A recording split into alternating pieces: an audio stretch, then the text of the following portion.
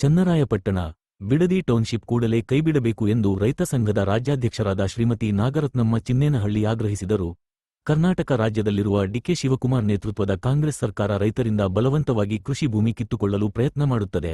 ನೂರಾರು ವರ್ಷದಿಂದ ಉಳುಮೆ ಮಾಡಿಕೊಂಡು ಬಂದಿರುವ ರೈತರನ್ನು ಬೀದಿಗೆ ತಳ್ಳಲು ಪ್ರಯತ್ನ ಪಡುತ್ತಿದೆ ಎಂದು ಆಕ್ರೋಶ ವ್ಯಕ್ತಪಡಿಸಿದರು.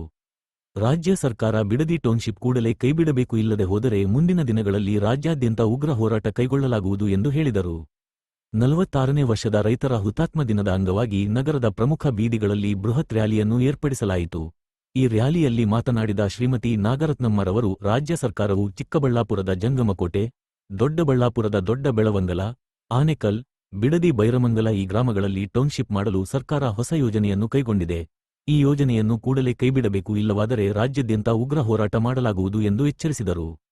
ಇದೇ ಸಂದರ್ಭದಲ್ಲಿ ಕರ್ನಾಟಕ ರಾಜ್ಯ ರೈತ ಸಂಘದ ರಾಜ್ಯಾಧ್ಯಕ್ಷರಾದ ಚಿನ್ನೇನಹಳ್ಳಿ ನಾಗರತ್ನಮ್ಮ, ರಾಜ್ಯ ಮುಖಂಡರಾದ ರಾಜಗೋಪಾಲ್, ರಾಜ್ಯ ಪ್ರಧಾನ ಕಾರ್ಯದರ್ಶಿ ಗಿರೀಶ್ ಕೊಟ್ಟಾರಿ, ರಾಜ್ಯ ಗೌರವಾಧ್ಯಕ್ಷರಾದ ಕುಮಾರಪ್ಪ, ಯುವ ಅಧ್ಯಕ್ಷರಾದ ದಿಬ್ಬೂರು ರವಿ, ತುಮಕೂರು ಜಿಲ್ಲಾಧ್ಯಕ್ಷರಾದ ರವಿ, ಕಾರ್ಯಾಧ್ಯಕ್ಷರಾದ ಅರಸೀಕೆರೆ ರವಿ, ಜಿಲ್ಲಾಧ್ಯಕ್ಷರಾದ ಸ್ವರೂಪ ಕೃಷ್ಣ ಅರಸೀಕೆರೆ, ಅರಸೀಕೆರೆ ತಾಲೂಕು ಅಧ್ಯಕ್ಷರಾದ ರಮೇಶ್, ಚನ್ನರಾಯಪಟ್ಟಣ ತಾಲೂಕು ಅಧ್ಯಕ್ಷರಾದ ಮಡಬ ಮಂಜುನಾಥ್, ತಾಲೂಕು ಉಪಾಧ್ಯಕ್ಷರಾದ ಮೋಹನ್ ಕುಮಾರ್ ಜೋಗಿಪುರ, ಟೈಲರ್ ಕುಮಾರ್, ಪಡುವನಹಳ್ಳಿ ಕುಮಾರ್, ಕೋವಿ ಬಾಬು, ಪುರಿ ಕುಮಾರ್, ಮಹಿಳಾ ಮುಖಂಡರಾದ ತುಪ್ಪದಹಳ್ಳಿ ಶ್ರೀಮತಿ ಪ್ರೇಮ, ಶ್ರೀಮತಿ ಹೇಮಾ, ಬರಗೂರು ಶಂಕರಣ್ಣ, ಮಾಳೇನಹಳ್ಳಿ ಹರೀಶ್, ರಾಜಕುಮಾರ್, ಸಮುದ್ರಹಳ್ಳಿ ರಾಮಚಂದ್ರು, ಅಣ್ಣೇನಹಳ್ಳಿ ನಾಗರಾಜು ಸೇರಿದಂತೆ ಇತರರು ಹಾಜರಿದ್ದರು.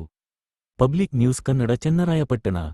ಇವತ್ತು ನಮ್ಮ ರೈತರು ನಾವೇ ಘೋಷಣೆ ಮಾಡ್ಕೊತಾ ಇದೀವಿ, ಭೂ ವಿರೋಧಿ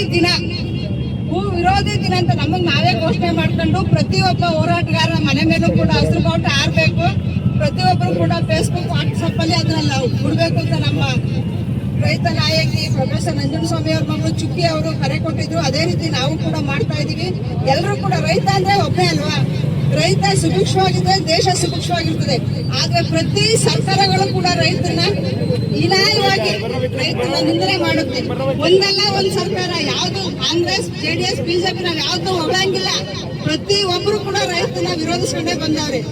ರೈತನ ನೆಮ್ಮದಿಯಾಗಿರುವಂತ ದಿನನೇ ಇಲ್ಲ. ಯಾವುದೇ ಒಂದು ರೀತಿಯಾದಂತ ಹೋರಾಟ ಇರ್ಲಿ, ಹೊಡೆದಾಟ ಇರ್ಲಿ, ನಮ್ಮ ಹೋರಾಟಗಳೇ ಇಲ್ಲ ಅಂದ್ರೆ ದೇಶ ಇನ್ನೂ ಅಧೋಗತಿಗೆ ಹೋಗ್ತಾ ಇತ್ತು. ಆದ್ರಿಂದ ಈ ರೈತ ಹೋರಾಟಕ್ಕೆ, ಈ ರೈತರಿಗೆ ಬೆಂಬಲ ಸರ್ಕಾರದಿಂದ ಎಲ್ಲಾ ಕಡೆ, ಸರ್ಕಾರ ಕೂಡ ಹೇಳಿ ಗೋಲಿಬಾರ್ ಮಾಡ್ತಾರೆ, ಗುಂಡೇಟ್ ಹಾಕ್ತಾರೆ. ಮತ್ತೆ ಮೊನ್ನೆ ಕೂಡ ಬಿಡದಿನಲ್ಲಿ FIR ಮಾಡವ್ರೆ ರೈತರ ಮೇಲೆ. ಯಾಕೆ FIR ಮಾಡ್ತಾರೆ, ಏನ್ ಮಾಡವ್ರೆ?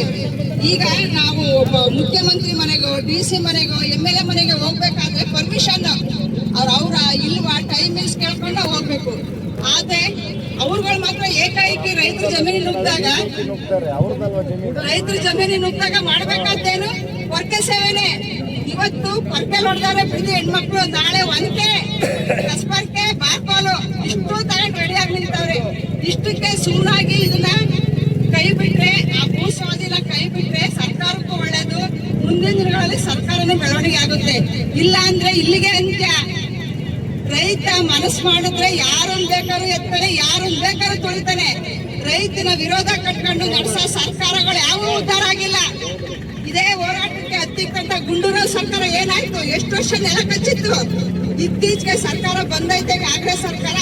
ಮಾನ ಮರ್ಯಾದೆ ಆಗಿ ಅವರು ಈ ಭೂ ಸ್ವಾಧೀನ ಕೈ ಬಿಟ್ರ ಮುಂದಿನ ದಿನಗಳಲ್ಲಿ ಸರ್ಕಾರಕ್ಕೆ ಬೆಲೆ ಇಲ್ವಾ? ಹೀನಾಯವಾದ ಸ್ಥಿತಿ ನೀವು ಅನುಭವಿಸ್ತೀರಾ. ಕರ್ನಾಟಕ ರಾಜ್ಯ ರೈತ ಸಂಘಕ್ಕೆ, ರೈತ ವಿರೋಧಿ ಸರ್ಕಾರಕ್ಕೆ